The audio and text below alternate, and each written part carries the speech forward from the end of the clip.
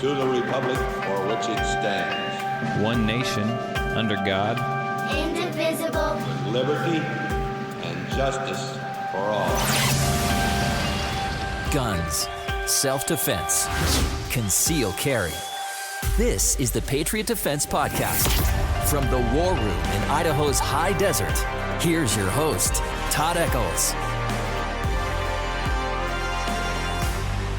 And I am back once again. It is a Wednesday morning, and I am tucked away in the war room somewhere in the high desert of southern Idaho. And I'm actually just hiding in here today because it is super windy outside, and I've got a class today at 2 and another night shoot this evening at 6 p.m. And another guy's going to show up at 4:30 and challenge, just challenge the qual course to see if he is able to hit the elite class. And we will talk about some more of that here coming up. I got some thoughts and some feelings on that and what's happened so far with that. But yeah, it is windy, it is cold, and I pray that the wind settles down for tonight's class, or it's going to be awful cold this evening. Although I don't think the men's academy, any of the men that show up tonight, are going to have any problems with it being cold. I just don't think they're going to care.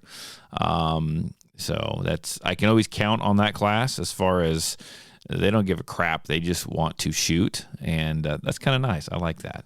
So what's been happening here? I'm just kind of winding things down, wrapping things up for the end of the year. I'm kind of looking forward to next year. In fact, I made a couple of purchases today. I won't talk about exactly what I got, but I made some purchases today, trying some new stuff out, try to see if I can kind of overhaul and make training a little bit better for next year. Some things, you just got to try out some of these things. And this is the time of year that I do a little research and bring some new items in and see if they work out the way that I want them to. When I get them and I give them a try, I'll let you guys in on what it is I got and how everything worked out. And you're probably thinking to yourself, yeah, Todd, but it's going to be like 4 months before you get on here and tell us about them again. Because your podcasts, they do not happen every week like they're supposed to. And I am tired of that. That's probably what you're thinking. I had a permit class this last Saturday.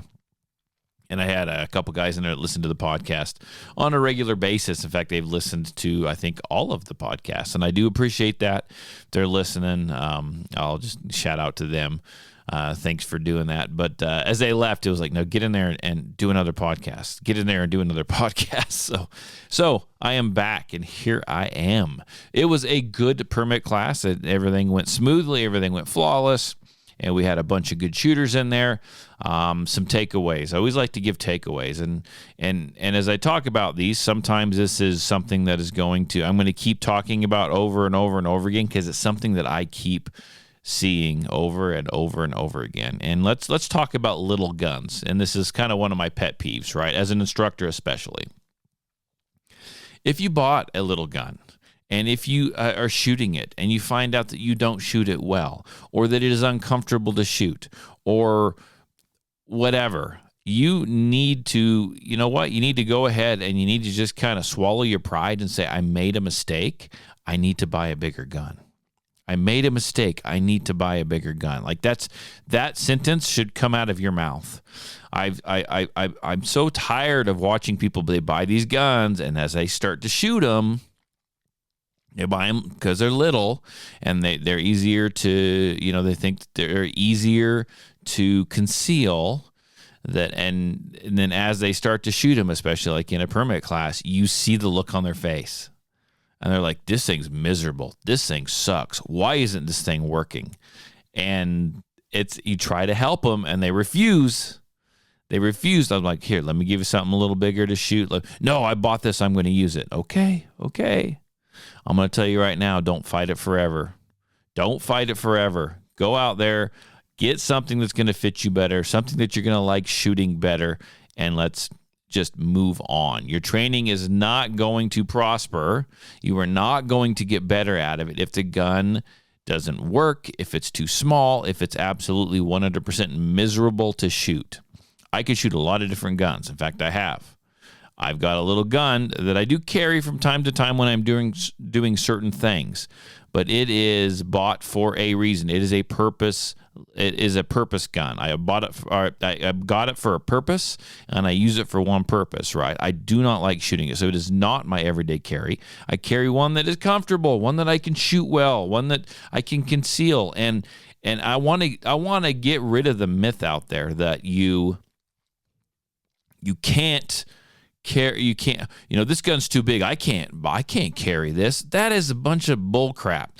You can carry a large gun. It just depends on how much do you want to sacrifice.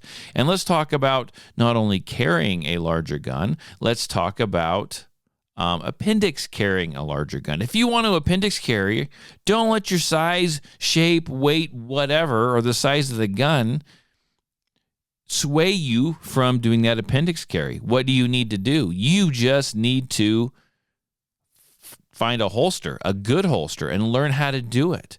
And you're going to have to sacrifice a little bit. This is the same story I hear all the time. I don't carry because I just can't find a comfortable place to carry. And then they put the gun on and they try to do the appendix. I just don't like appendix carry. Like it's too uncomfortable. I can't do it. I'm too big of a guy. I've got a belly. I can't do it. That's bullcrap. I've got a guy that you can talk to who is a bigger guy, and he appendix carries 5-inch 1911s, and he does so very, very well, and he can draw it very, very quickly and smoothly, and he's a very, very good shot, and he's very, very good at it. And I send people to talk to him because you can appendix carry a large gun. Unless you're just a twig, right? If you're a big guy, I can't appendix carry. You can. You just have to find the right setup, man. That's all there is to it, honestly. What else was I going to bring up today? Oh, there is, and I've been sent this by numerous people, and I am okay with that. Keep sending me stuff when you find it. But ever since, we had our presidential election, Trump, he's not a president yet, but he was elected to be the next president. We'll see how that plays out and if he actually gets in. I think the transition so far has gone way too easy. I don't know. I could almost see bad things happening because of it. But let's talk about what people are sending me. People are sending me this video of Trump talking about national reciprocity, meaning what? Meaning that you can carry a gun in every state, that they will recognize your permits. I don't know if that means you don't have to get a permit or if it just means you're going to get a permit and then every state will be forced to recognize that and you can carry in every state. I'm not sure how they want to set that up, but I do want to get out there and say that video is old. That video has just resurfaced. That video is of Trump. It is from 2023, and so it's at least a year old, all right? And we don't know if that's where his thoughts are on that subject right now. It probably is, but it is not a new video, so let's not get too excited. Let's see what happens and see what comes forth. So far, without getting too political, Trump has made some decent moves, put some the right people in the right positions of power and authority, or he will at least when he becomes president. I think that's good, but we'll just see what exactly happens. You need to remember that last time Trump was the president of the United States, he didn't get a whole lot done, and whether that be just because he was busy doing other things or the left kept him so tied up with lawsuits and whatnot, I don't know, but he didn't get a lot done. So I look at him as I look at anyone else in power. And I think that there was a lot of things said to get elected, and we can focus on the Second Amendment stuff, but I think that there was a lot of stuff said when it comes to the Second Amendment that he said to get him elected or to help get the vote of the people that where the Second Amendment was a very important thing. And so we have to remember that. A lot of this really could be election talk. And until he actually gets into power, gets in to be the president, and he actually starts doing some of this stuff, we don't know what's going to happen, okay? And I would say this for anybody, Trump, whoever's president, this is what I'd say. Until they start doing stuff, I'm not going to jump up and down for joy by any means. So we'll just kind of take it as it comes and we'll kind of see what happens. I had something I wanted to talk about, and I just kind of lost it for just a minute. Oh, here's what I want to talk about. Now, I have developed, for many years, for the last 4 or 5 years, I've had a women's shooting academy and I've had the men's shooting academy. And the women's shooting academies have had both the beginner academy and the advanced academy. And that's because I had way more women signing up, and the women that would kind of graduate the beginners academy, they needed a place to go. And there were so many of them that I developed multiple classes. Well, with the men's group, I've only had the one class because it took a little while for it to take off for the men to sign up in the numbers that the women sign up in, which they still aren't there, but they're doing much better than they have in the past. And so last 2 years in a row, I just had the men's shooting academy. That was it. No beginners, no advanced. And as we get more and more people to sign up, we have more beginner type people, and we have kind of more advanced type folks. And so I wanted to develop a different group, and I'm calling it the elite group, the men's elite group, and they meet at different times and they do different things, and more is expected of them. And we're going to run more courses, and they're meeting on Monday evenings, one Monday evening a month, and on Saturday for a few hours, maybe even longer if we're having a good time. It's going to be a lot more faster paced training, a lot more different stuff. And to join that, there is a qualification. You need to qualify to you do a shooting qualification to be able to join that class. And it's not a horrible shooting qualification. It's not a shooting and moving type of situation. It's kind of like an FBI qual. Every time you shoot, you're shooting at a target that is kind of scored.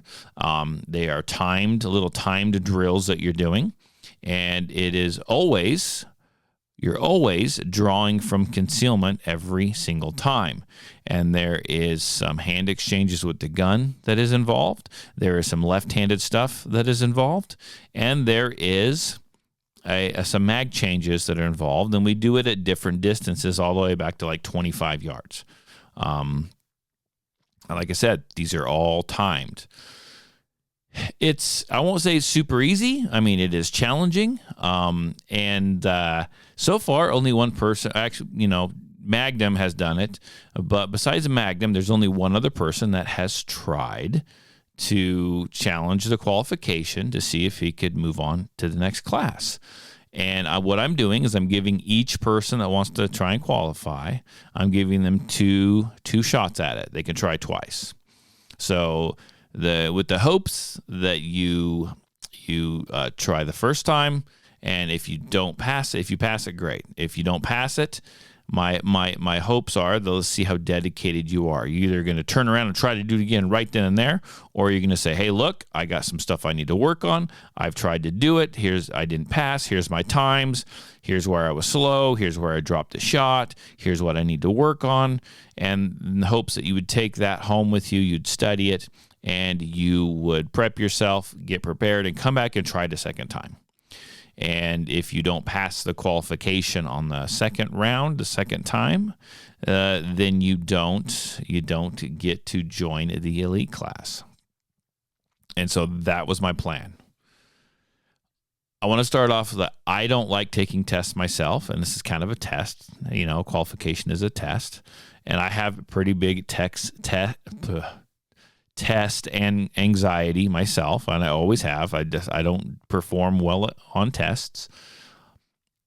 And so what has happened is a gentleman has come, and he was pretty close the first time, and he didn't quite get it.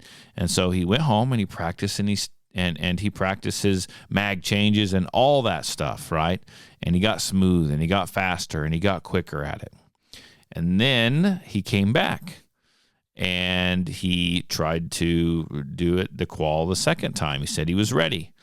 And so we set it up, and we started doing it. And he was going pretty good. He had dropped a couple shots, and I get it, man. It's stressful. I'm right there with the timer, And the stress level is up there, right? It's not like you're in a defensive situation, but it is up there, especially knowing that this is the second qual. This is your last qual that you get to try and pass. And he was doing pretty good. And I felt so bad because he got to the distance, he got to the drill where he was going to have to fire 4 rounds, perform a mag change, fire 4 more rounds, and he had 8 seconds to do so. And some of the things you need to focus on is, what can I do quickly? Can I do a mag change quickly? Because I need all the time I can get for shots. Can I perform the draw quick? Because if I could do that quick, it leaves you more time for shots, right? And he was doing pretty good until the mag change. And I know he can do a mag change. I've seen him do a mag change. And it was just something that you would not even expect to happen. He shot 4 rounds. He brought the gun up into his workspace. He hit the mag release button. The old mag fell out. He had grabbed the new mag, and he was getting ready to drive it up into the gun. And I'm not quite sure what exactly happened, but he fumbled it, and he dropped the magazine. So he bent down really quick. He scooped it up, shoved it into the gun, and bang, bang, bang, bang. He got 4 shots off, and he was like a half of a second over. I think it was about a half of a second over time, and I think he pulled a couple of shots. But at that point, that doesn't immediately disqualify you, right? But at that point, the total, you can only miss so many for the entire qualification. You can only miss so many rounds, and then just too many. Like you'll never recover from that. So I felt bad, like really bad. And he's like, I'm out, aren't I? And I went, yeah, if we're going to go by the criteria, if we're going to go by the qualifications, I was like, you're out. And I have never felt so bad in my entire life. And I mean, and I'm not telling this story to make fun of anyone or anything like that, but I was just talking to my wife about this after it happened. I was like, man, I felt horrible, right? I felt this guy's been with me a couple years, and it was just random. I got high hopes for him. I got high hopes because the first time he ran through it, what happened was he was just a little too slow on his reload. Right. And if you don't, if that drill is 8 rounds and you go over time, then you got 8 shots. You're negative 8 rounds. Right. And you can only miss so many rounds. And so he was a little slow on his reloads, and that's what killed him last time. But he made it the first time he tried to run the call. He made it all the way back to the very last, and he pulled a couple shots and went over. And I'll be honest with you, 25 yards is a long distance. If you've never shot at a target with a handgun, that is a long distance. And it's a little harder than what you think, especially if you're using iron sights, which this gentleman is. Because with the iron sights, you're just literally covering the entire target at that distance, and you really can't see much. So I'm not saying a red dot is going to make it so you can, your rounds aren't just going to hone right in on the target. It's not like that with a dot, but with a dot, the dot is so fine that you can actually see the target, right? So there's a little bit of a benefit to it, but I felt so bad. And, I mean, I just never would have thought. That would have happened. I mean, I know it happens, but man, he was going pretty good, and then he just fumbled that mag. He just dropped that mag, and I said, "Man, you didn't make it." And he grabbed his stuff, and he was fine with it. He wants to do it correctly, and kudos to this guy. In fact, I talked to him a little bit. I was like, we could do this. He goes, no. He goes, I want to do this correctly.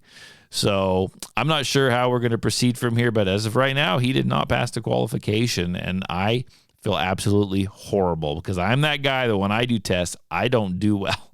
I never have. I get test anxiety, and for me to be in the position of saying, you're out. Like you fail. Oh my God. I am I feel so bad. I feel so guilty for some reason. I tell you what, he's the first guy to try and pass the qual.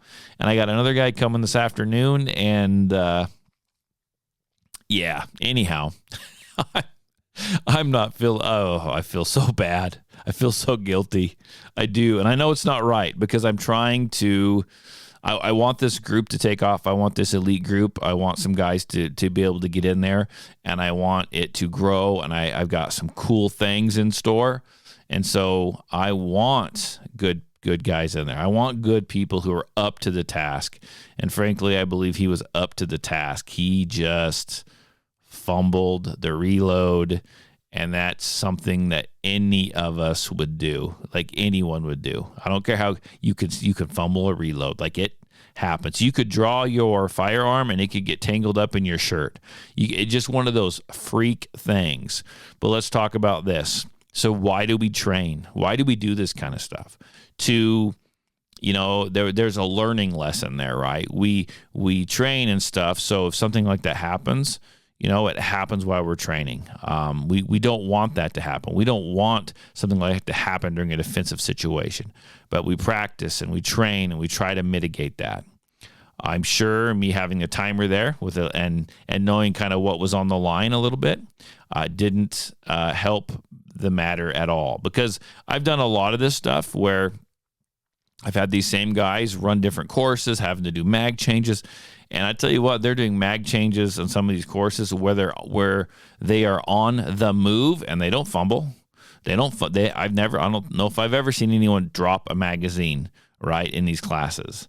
I add a little pressure to it. I add a little stress to it. I add a little timer to it, and stuff happens, man. And yeah, I just feel bad. So I don't know, but something else I want to add, something else that I hear all the time, I hear it from a lot of people. In fact, I've probably uttered the same thing myself. And that is, when the weather's bad, I'm like, oh crap, I hope it doesn't rain. I got class tonight.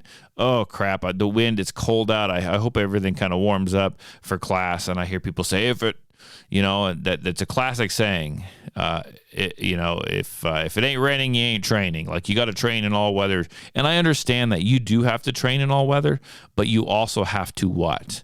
You also have to learn how to shoot. And a lot of my classes are brand new classes, and they are newbies, they are beginners, they are nervous, they've barely touched a firearm, and we can't do that very easily in cold, windy weather, because you have to be paying attention to what you do. And so when I am saying, man, I don't want it to be cold for class, don't be jumping in here saying, well, it's you got to train in all weather types. Sure, yeah. If you're a good shooter and you've shot and you've got experience, you definitely have to.